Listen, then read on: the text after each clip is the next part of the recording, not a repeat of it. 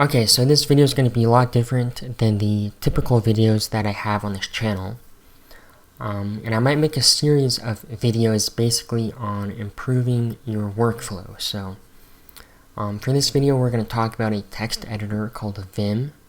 Specifically, I'm using a version called Neovim, which basically offers some upgrades over Vim. So we're going to talk about Vim and then some plugins that we can use with Vim.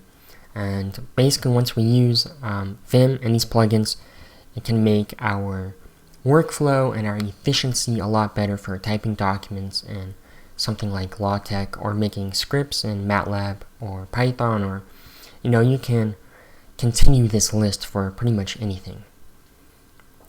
Okay, so my desktop here might look a little different as well than usual. Well, a lot different.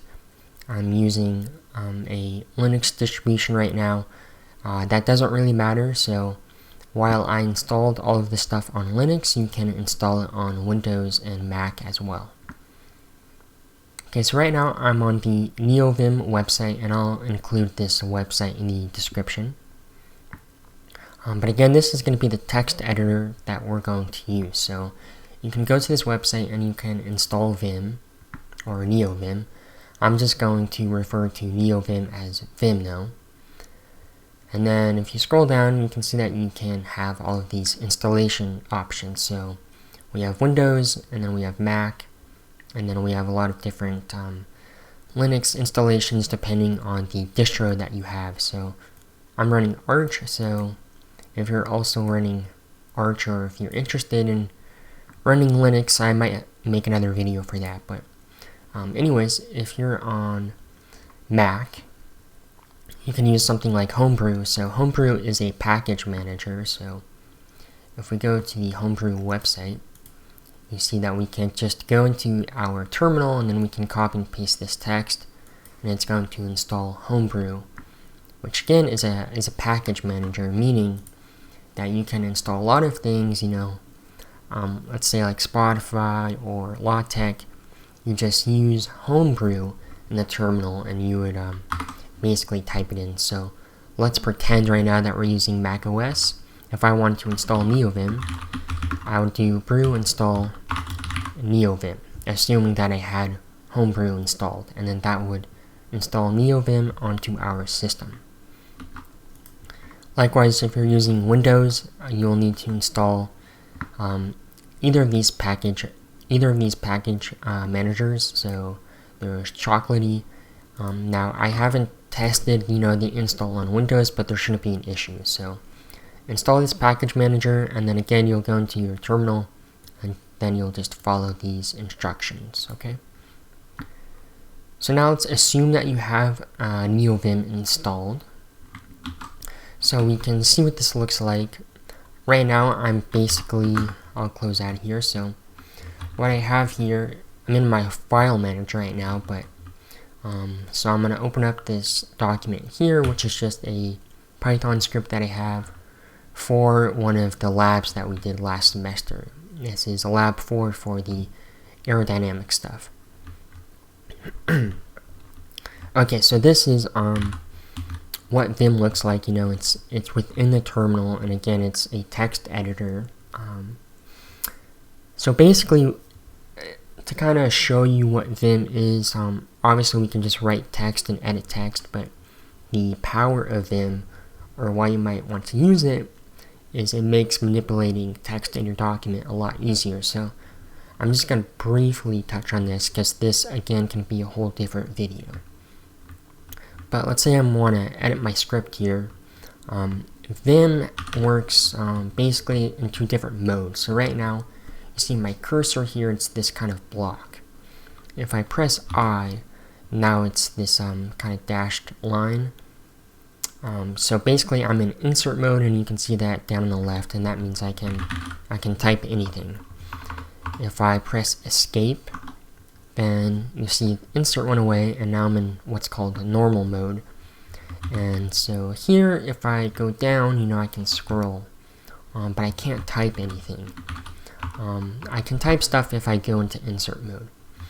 So right now in normal mode, basically my whole keyboard it acts as a way to use hotkeys. So let's say I'm up here and I want to delete this entire paragraph. If I'm in normal mode, I can do that.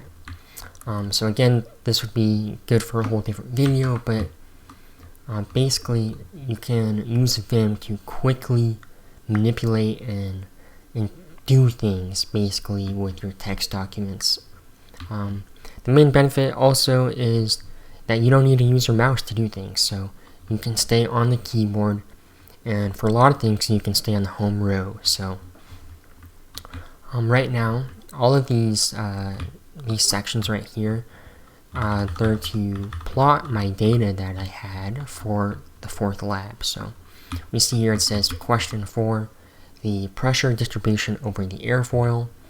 So if you remember that lab, we had 20 miles per hour, 30 miles per hour, and then 40 miles per hour. So to do this, I just first worked on this first section for 20 miles per hour, and then I copy and pasted basically everything for the 30 mile per hour and 40 mile per hour section.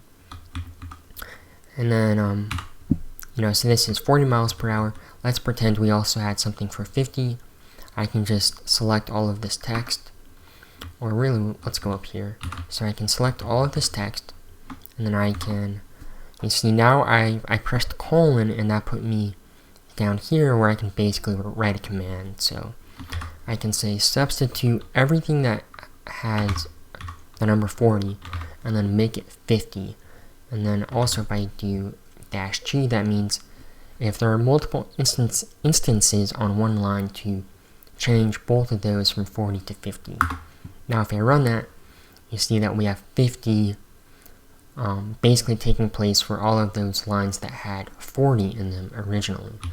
I'm going to undo that because I don't want that, but so that's just quickly to show you something that you can do in Vim. There's so much that you can do to really optimize your workflow.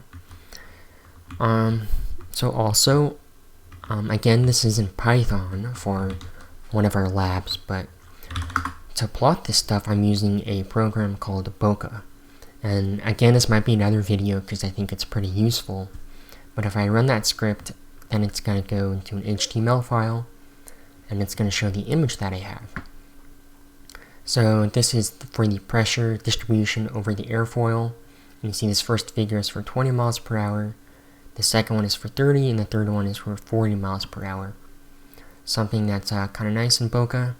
And I guess I didn't do it for this plot, but you can configure it to where if I go over one of these dots, it would show me what data point that is. We have 1, 2, 3, 4, 5, 6, etc. So it would show you the data point, it would show you our non-dimensional location that we're at specifically, and it would be able to show you the pressure coefficient that we have as well. Another thing I can do is I can click on the legend. If I want to hide the 10-degree angle of attack on the top, I can just click on that and I can hide it.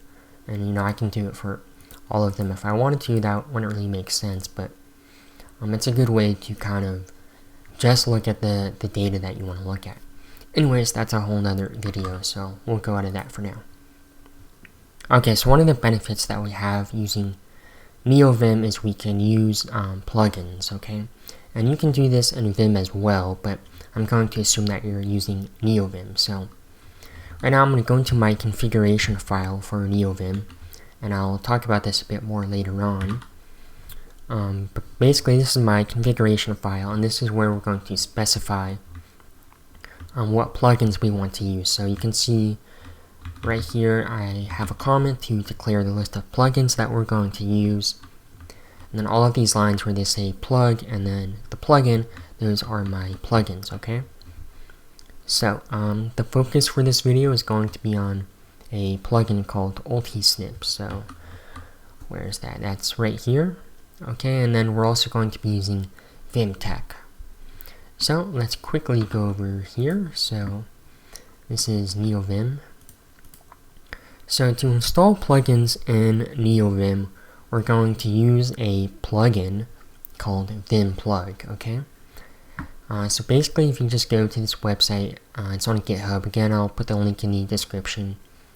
You can install this. So you're going to scroll down here So this is for Vim, and then we have Neovim down here. So we have it for Windows as well, and we have it for Linux. Linux right here, and then Unix, that would be for something like Mac.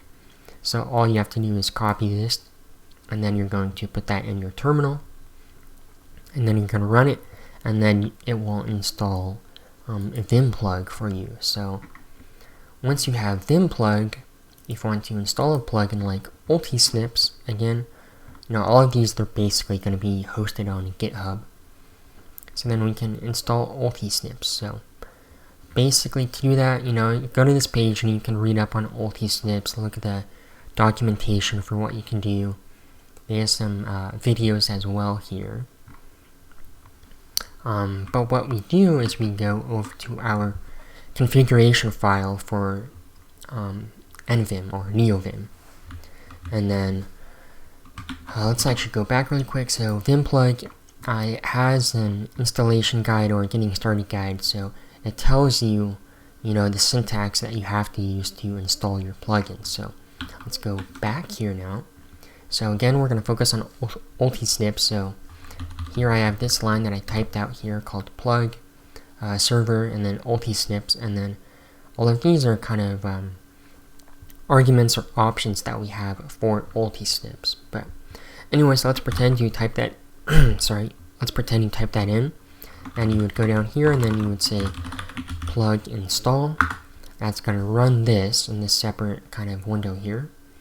And then, in your case, it would install Ultisnips. It's basically pulling it from GitHub. And then you can run plug update. And then you see all of them were updating, but of course, they're all up to date. So all of these are the plugins that I'm currently using. So we'll close out of that. Go over here, and we'll go here. Okay. You'll see my color scheme just changed. That's kind of an issue that I need to work out with another plugin that I'm using that's called Goyo. Let's see, where do I have that here? Go down.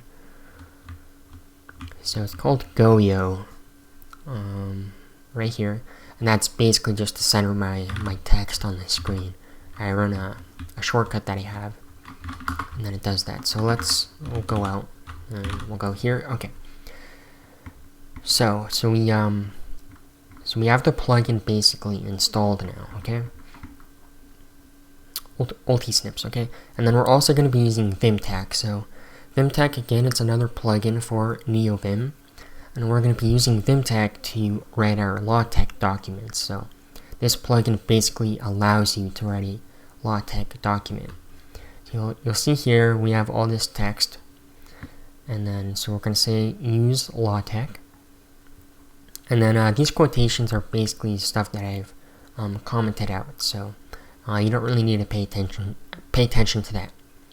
And then in this line here, I'm basically saying to use a PDF reader called Zathura. So we're going to go over that as well once we actually start using Ultisnips in LaTeX. Something I want to touch on though for Ultisnips, that's not just for LaTeX. You can use that on basically anything. So we'll go out of here. You'll see in my directory for NVim, I have a directory called Ultisnips. And then if I go into here, we see I have a file for tech.snippets. So those are going to be my snippets for LaTeX. Then I have one for MATLAB, then I have one for Python as well. So you can make snippets for basically any type of file extension. So we'll go into here, and then we'll go to tech.snippets. So I've talked about Ultisnips, but I haven't really discussed what we're doing. So Ultisnips, it allows you to define a snippet, it's called, which is basically where you type out a word. So in this case, if I type out mem, then it's going to run a snippet. It's going to run all of these lines of code, and that's all I have to do. So I'll show you in action how that actually looks. Sorry, I was in MATLAB, so let's go here to the LaTeX snippets. Okay, so this is my document where I basically define my snippets that I have for LaTeX. And again, all of this will start to make more sense once I actually start typing stuff out in LaTeX. All of this up here, this is giving us context. So basically, LaTeX will know, basically because of all of this code here, it'll know that if I'm in math mode or if I'm not in math mode in LaTeX. So let's say we'll go down here. So I have something, actually we should go up. So here I have a snippet to do a square root. I just type SS and that lets me do a square root. Maybe I should change that, I don't know. So if I type SS, it's going to run this snippet here. And you'll see I wrote this line up here called context and then math. So this snippet is only going to run if I'm in a math environment in LaTeX. So that's going to make it kind of easy for us because, sometimes if I'm actually writing, a line of text and I write SS, it's not going to trigger that snippet if I don't want it to be triggered, okay? So here's what we'll do. We'll keep that there, and then we'll go here. I'm going to go into just a document that I have for last semester. So we're going to open this up. I do have it open somewhere else, huh? Yeah, here. I'll close out of that. So we'll open this up, and this is our LaTeX document that I have basically for one of my lecture notes that I made. Okay, so we're in LaTeX, and so we're in LaTeX inside of Vim. So you see here, I'm using Vim keys to scroll down right now. Alright, so I'm going to keep this here just so I can look at some snippets that I might want to show you. So we'll just go to the end of the document, and we'll show you a snippet that I use often. So if I type BEG, that's going to start an environment for me. We have like begin itemized here, and another one we have is begin align. So if I type BEG, that automatically creates this kind of environment for me. So if I just type in a line up top here, it's also going to type it in on the bottom, and then I can start typing stuff in. So let's delete all of this.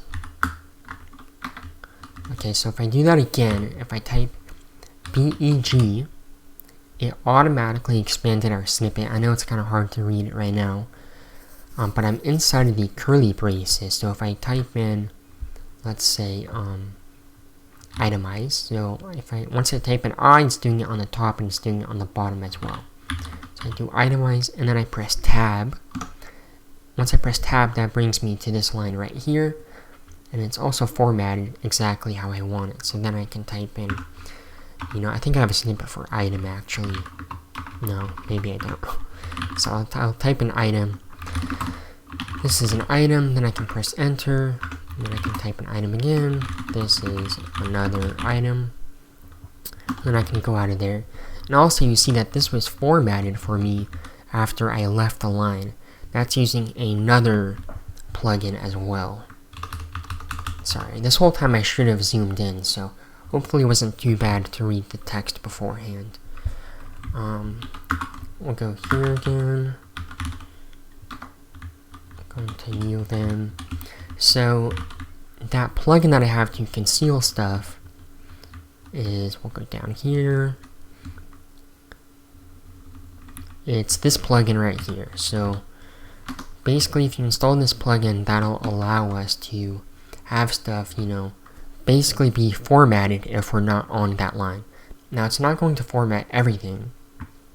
You see here that I can still see the command for infinity, but it's going to format other stuff for us, like, Greek letters and subscripts and stuff like that.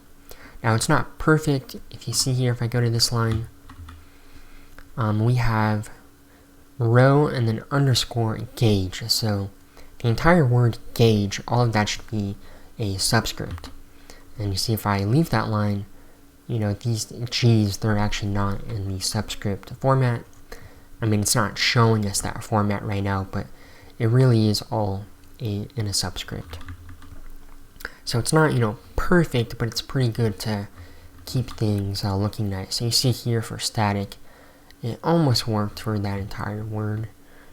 And if I just scroll up, you can kind of get an idea of what all of this looks like in practice. Alright, so we'll go back down here. I'm going to delete all of that again. So something that you type often in LaTeX is a figure environment. So you see over here, we'll zoom in over here too. Okay, so we have a figure environment, that's something that we often do. So here, if I type in fig, then I can begin this figure environment. So it's going to do begin figure, and then right where I'm at in the document, it's going to center the figure. Then I can type in the graphics that I have, the figure that I have. I personally have it auto set where it's the width is equal to the text width. And then we put in the actual name for the figure here, and we put in our caption, and then we put in our label. So if you look at this code here, so basically to start a snippet, I have a comment here that's figure environment. Then I type snippet, that's going to begin our snippet line of code that we're making. Then I have fig, that's going to be our trigger word. So if I type in fig in LaTeX, that's going to trigger our snippet that we're making right here. In quotes, this is basically just another comment. It's not actually doing anything in the snippet. And then here, B, that stands for beginning of the line. So this snippet will only trigger if I type in fig at the beginning of a line. So I'll show you this, in a second here. Then this capital A, that means to auto-expand the snippet. So once I type in fig, it's going to automatically take me to this number 1 right here to specify the file name that I have. And then once I type in that file name, I can press tab. It's going to take me to number 2 right here, or $2. And then I can type in my caption. Then I can press tab again, and then I can type out my label. This should have a backslash. Didn't catch that. And then if I press tab again, so I'm catching all these things that I should have actually included. So I should have a $0 right there. So if I press tab again after this part here, then it's going to take me right here for my cursor. So $0, that's basically the last. That's how we kind of exit everything. So if I press tab after $3, it's going to take me there. That's always the last basically trigger that we have for the snippet. Okay, so let's actually run the snippet right now so you can see what I mean. So if I type in, let me do this, I'll make it a little bit bigger. So if I type in fig, then you see that it automatically put in all of that text for me. And like I said, my cursor is right here. It's in the curly braces for $1. So I can type in my figure name. So figure name, and now if I press tab, it takes me inside the curly braces for the caption. So this is a caption. Now if I press tab again, it's going to put me into label. And then I can type out label. So you see here, it doesn't have the backslash that I just put in, and I saved it over here. I think I did. Save it again. That's just because I didn't exit this document yet. So let's actually do that. I'll go back in. Now if I redo this snippet, so fig, and then we'll just do file name, tab over, caption, this is a caption, and then now you see that this line here for label, it does have that backslash. This is my label, and then if I press tab again, it's going to go right here, and you see that it does. So that's basically just to exit out of this block of code. Maybe I don't want to change it to be like that. So again, if we'll exit out, and then we'll redo this. So fig, figure, oops, tab, okay, and then caption, tab, label, sure. Now if I press tab, it's going to go to line 3 right here relative to where we're at, and then it does that. Okay, so I think you can kind of get an idea of what I'm, doing with these snippets here. So you'll be able to look at this entire document that I have, and this isn't complete. This is just stuff that I've made so far. But what I'll do is I'm going to also leave a link to my own GitHub page where I have my dot files installed. So you can go here, and then you can go to Nvim, and then you can see my configuration file here. And then I need to fix this so it's in a folder, but you can see my LaTeX snippets right here. And then you can go ahead and, if you want, you can just copy and paste all of that into your own file. But really, you might just kind of get an idea of what I have and then make your own custom snippets. So, now I'm going to do just one more snippet, and I'll basically show you typing out an equation. So I'm actually going to close out of this, and if you remember, I said I'm using a plugin called Vim-tex. That's what we're currently using to write out our code here in Vim for LaTeX. You'll also remember that I am using something called Zathura. That's my PDF reader. So basically that's linked to Vim-tex. So if I run this right now, you see that it showed that I was compiling everything. So it just compiled it into Zathura right here. So this is my PDF reader. It's called Zathura, and so I had it in dark mode by default, but we can make it, we can invert the colors, and now it looks like a normal PDF. So Zathura is also nice because it also uses Vim keys. So if I want to go to the top of the document, I press GG twice. If I want to go to the end, I press Shift G. Now I'm at the end. And then I also have, I think, Control D goes down, and then Control U goes up half a page. Okay, so that's nice as well. And then also Zathura has the ability, if you press Tab, it would then show you basically all of the sections that you have in the document. You see here that this document does not contain any index, but if you had something like a textbook and you wanted to quickly go to a chapter, you could just press Tab, and then a menu would pop up, and it would show all of those chapters, and then you could automatically go to it. So I usually have it like this, where I have the colors inverted to match my current color scheme. And then for this, I can also change the transparency or the blur if I wanted it to look something a little more like this. I'm not going to show you that in this video. That's more, more centered around my Linux setup and not really in the scope for this video. But this is another reason why I like using Vim and Zathura. I can have a true dark mode when I'm typing out my LaTeX document here, and when I'm typing out or looking at my PDF here. So let's go to the end of the document. So you'll see that I typed in this stuff here, but it's not showing up yet. So all I have to do is save my document, and now it's going to automatically show up here, and you see it does. Now, of course, I didn't really include a figure. That's why it's giving me this error. We can just confirm that. I can look at the error, and yeah, it says that, figure was not found. I don't have a figure called a figure, so that's why. So I'll just delete all of this, and then what I'll do now, let me switch these just so I can look at my screen a bit better. I'm going to type out an equation just so you can kind of get an idea of how snippets can really save you time. So I'm gonna type this out slowly, but still it'll give you an idea. So I have a snippet to, instead of typing PEG and then a line and then tabbing in here, I can streamline all of this by just typing EQN at the beginning of a line again. So if I type EQN, then it gives me that. I'm going to delete all of that.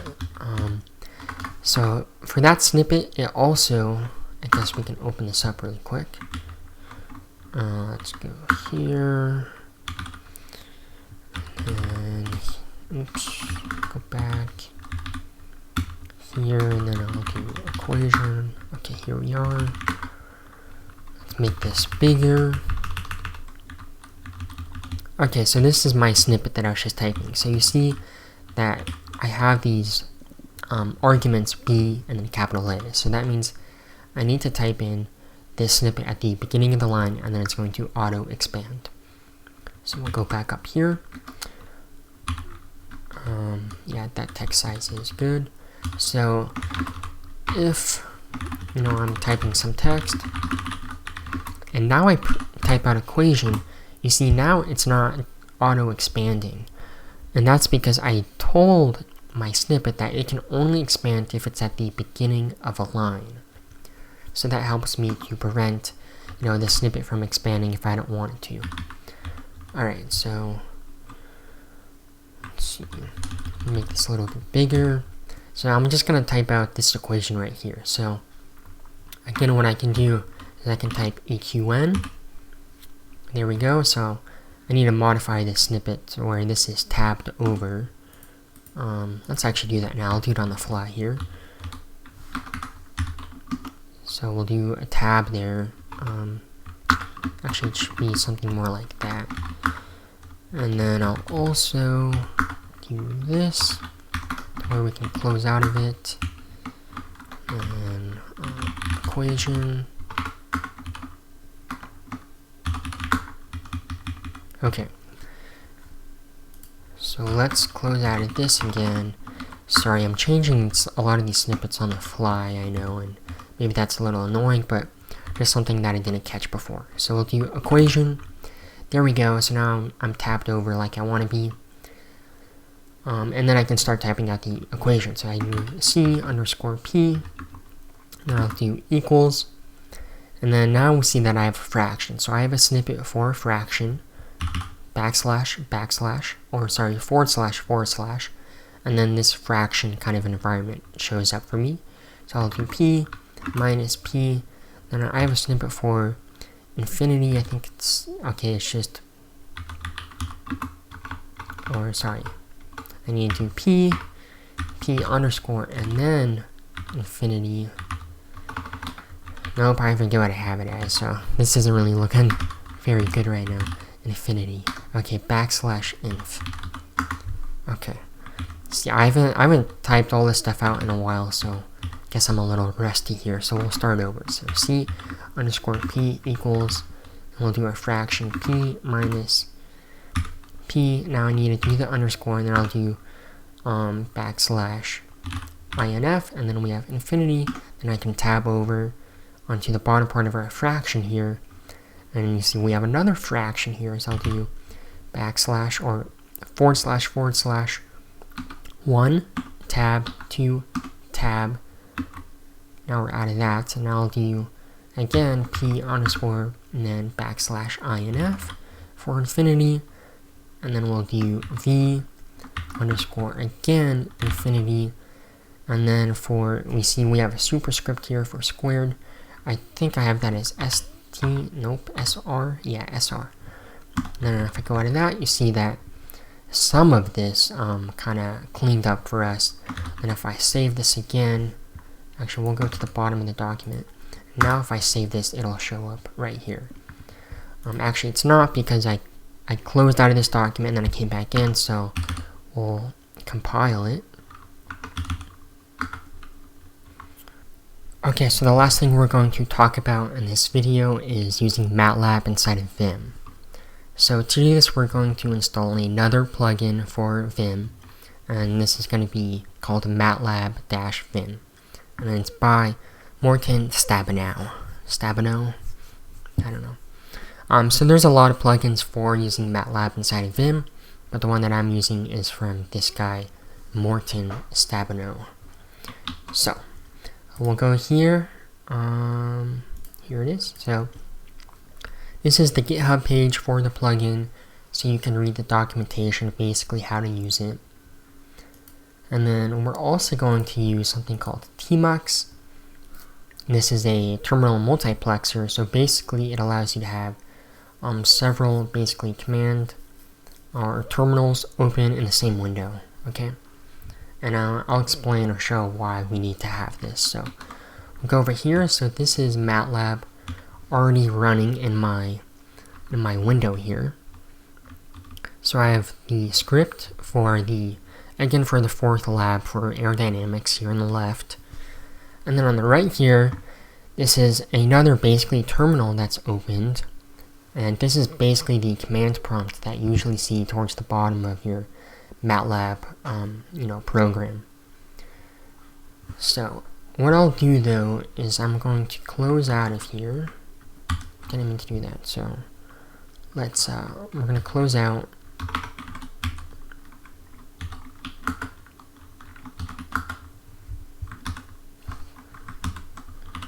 I'm going to exit MATLAB.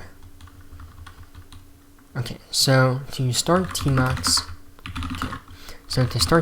all you have to do from your terminal is type in tmux. You'll see in the bottom here, this kind of changed. That lets us know that we're inside of tmux. Now, this isn't going to be a video on tmux, so if you want to kind of learn how to use it, you can look up some videos on YouTube. So I'm going to open up that file. So here it is. So you see we have experiment 4 data reduction.m because it's a MATLAB file. I'm going to open that up. And here we are. So now we have our code, but I also want to have that basically output on the right here. So what I can do is I can type in this command called matlab run. This is the command that our matlab-vim plugin needs to use to run the script. So press enter, and then you see on the right here, this is going to show up. It's going to run really quick. And then it's going to give us all of our windows or figures. So let's close out of all of these. Nice and fun. Okay, there we go. And you saw that they all looked kind of weird. This is something that I kind of need to work on. MATLAB, it doesn't like window managers. I'm using something called a tiling window manager. I'll talk about this if I make a video on Linux, but you see I just spawned a new instance for my terminal, and if I keep doing this, you see it's basically laid out in this tiled fashion. So MATLAB doesn't like window managers. Now there is a workaround to kind of address that. I just haven't done that yet. So I don't know if I already said it, but this on the right here is basically the command prompts that you would usually have towards the bottom of your MATLAB window. So I ran the code. So let's say I want to look at my Reynolds number here for the sphere and the hemisphere. All I have to do is type out red, and then it gives us that output. If I want to see all of the variables that I have in my workspace, I just type who, then I can see all of them. Sometimes you want to know what the size is as well, so I can do size of angle of attack, let's say, and then we see I have 1 row and 6 columns. I can also do, let's look at the output for CP00, and then we get all of that. So it's quite functional as well. Alright, so let's go over here. And then you can also move this output to be below. I guess I can do that. Let's see if I remember the shortcut for that.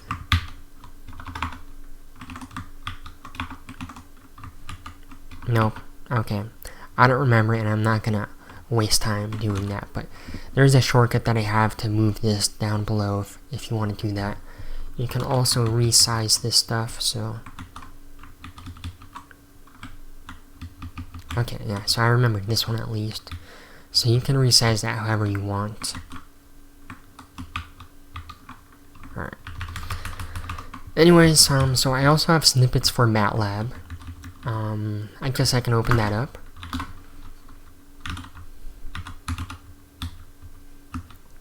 Okay, so here are all of the snippets for MATLAB. Again, this is on my GitHub if you want to look at that. So, okay, so something that we often do is, we have these sections for clearing the memory, to specify the constants, to have some conversions to initialize our arrays, and then to import and sort all the raw data. So I'll show you just some of these here. So to clear the memory, I have a snippet for that, which is, you can see it on the left here. Just type in mem at the beginning of a line, and then it's going to do that. I'll just undo it. Then we also have one for specifying our constants. So first I have one just to type out that kind of comment there. And then if I want to specify the constants, I type in a snippet called sc at the beginning of a line. And then I have all these kind of placeholders to tell me what I have to do. So I could type in, d1, then I press tab, type in 2, then I'll have a comment here. So the sphere diameter, I'll tab over again, and then type in my units, and I'll tab again, and then I'm on this new line. Now I also have some that are basically snippets themselves. So we often use gravity, so all I need to do is type in grav, and then that fills in. I can do it for the viscosity of water, there we go, or the density of water, the viscosity of air, and then the density of air as well. So those automatically fill in. And again, I just type in sc if I want to specifically type one in that I don't already have like a snippet for. So sc, and we'll do the chord 3.976, comment chord, that's in inches, and then we'll tab out of it. Now I also have a hotkey basically that's going to align all of my comments here, and then I can also tab over so it's easier to read. So I'll just select everything here. So I'll do that, and then I have again a hotkey for this, so I need to try to remember what I made it. So I think it's VAP, yeah. So if I do that, then it's going to run this command. It says to align all of our percentage signs. So I'll press enter. Now they're all aligned. Then I also have one, and I can maybe combine all of these into one line. Sorry, later on, but I'll do VTP, I think it is. Yeah, there we go. And then you see that it's running a command here where it says, for this selection, that's this part right here, and then S means substitute. It says if you see a percentage sign, then do this. So basically I just put in 4 spaces and then put in a percentage sign. So if I run that, now they're all tabbed over. So I find that to also be quite nice. It's going to save you a lot of time there. We'll do initializing arrays. Sorry, my voice is like going out. So I do, let's see, PIA, I think, nope. Let's see what my snippet is, so initialize, just PA, okay. So PA, that gives us the comment, and I could do IA, and then that's going to give us all of this stuff to type out our arrays that we want to initialize. So I'll do CL_C, and I tab over, and then I can specify my rows, and then I can press tab again, specify the columns, tab over again, then I can type out my comment.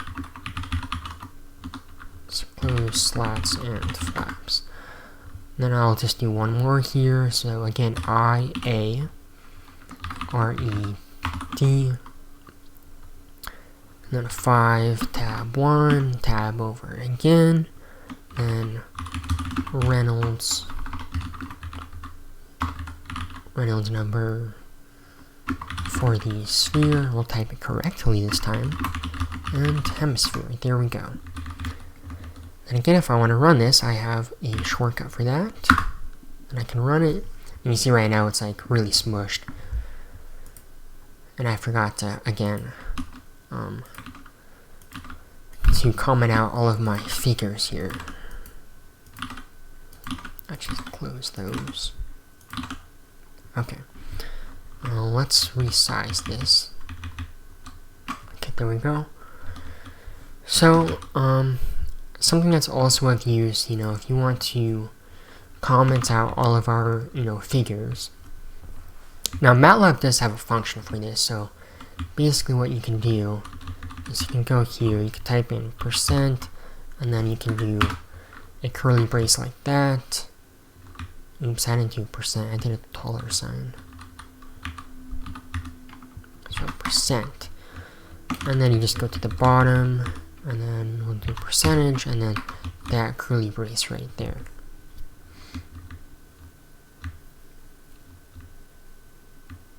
Okay, yeah, and see, now you see it's all commented out.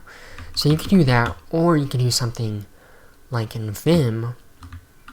You know, let's say you just, I don't know, don't want to do that, or you just want to comment out a lot of stuff in a different kind of file. Let's say it's like a Python file.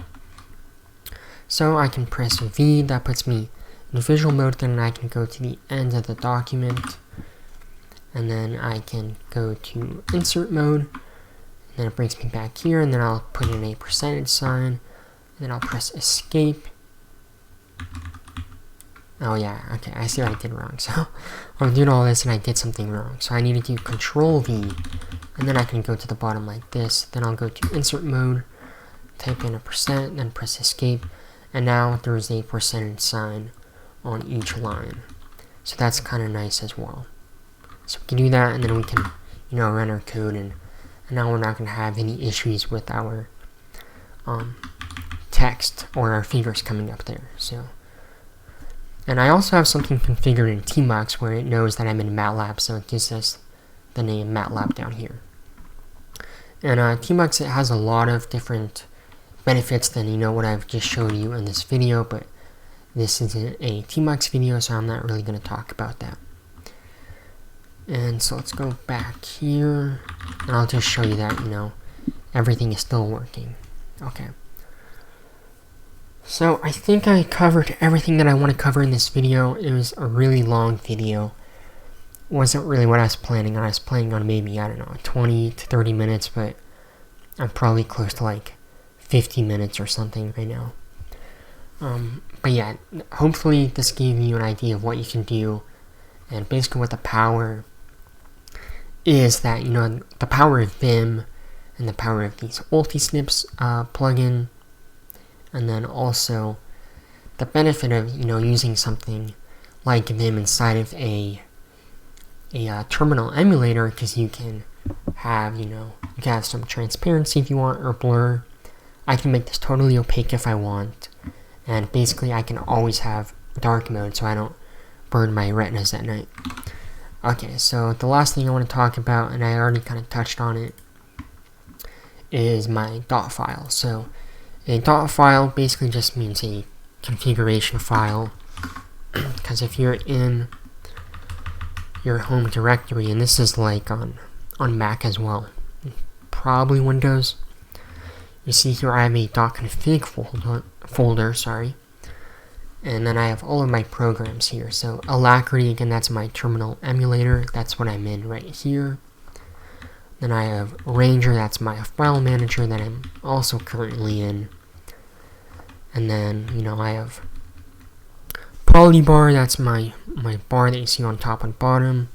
I have Spotify, you know, I have a lot of stuff in here. So BSPWM, that's my window manager, you know, that allows me to do stuff like that. Or, you know, have another Firefox tab opened, whatever. Or switch over to a different workspace. You get the idea. So yeah, so on GitHub I have all of my dot files here. Well, I guess not all of them, but I have a lot of them in there that would be useful. So again, you can just kind of look at these dot files and click on the one that you want. Like Zathura, that's the PDF reader that I have. This is pretty short, but yeah. So you can look at that, and you can basically copy and paste them if you want. So, anyways, really long video. Again, I'll probably make some more videos to kind of show you some other things. Let's see, I might make one